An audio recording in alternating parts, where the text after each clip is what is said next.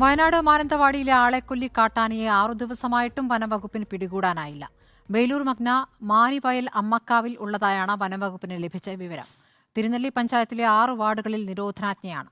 പ്രദേശവാസികൾ ജാഗ്രത പാലിക്കണമെന്ന് വനപാലകർ അറിയിച്ചു. 6 ദിവസം പൂർത്തിയായ ദൗത്യത്തിൽ വലിയ വെല്ലുവിളികളാണ് വനപാലകർ നേരിടുന്നത്.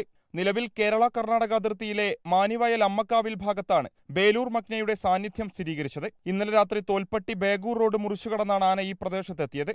ആനയെ മയക്കുവെടി വെക്കുന്നതിനായുള്ള ട്രാക്കിംഗ് ടീമിന്റെ ശ്രമം തുടരുകയാണ്. മുള്ളു പടർന്ന അടിക്കാടാണ് ആനയെ പിടികൂടാനുള്ള ദൗത്യത്തെ ബാധിക്കുന്നത്. തിരുനെല്ലി പഞ്ചായത്തിലെ 6 വാർഡുകളിലാണ് നിരോധനാജ്ഞ പ്രഖ്യാപിച്ചത്. കുതിരക്കോട്, ആലത്തൂർ, ബേഗൂർ, പനവല്ലി, ബാവലി, ചേലൂർ വാർഡുകളിലാണ് നിരോധനാജ്ഞ പ്രഖ്യാപിച്ചത്. ഇന്നലെ 2 തവണ ആനയുടെ അടുത്ത് വനം വകുപ്പ് സംഘം എത്തിയിരുന്നു. എന്നാൽ മയക്കുവെടി വെക്കാനുള്ള ശ്രമം വിജയിച്ചില്ല.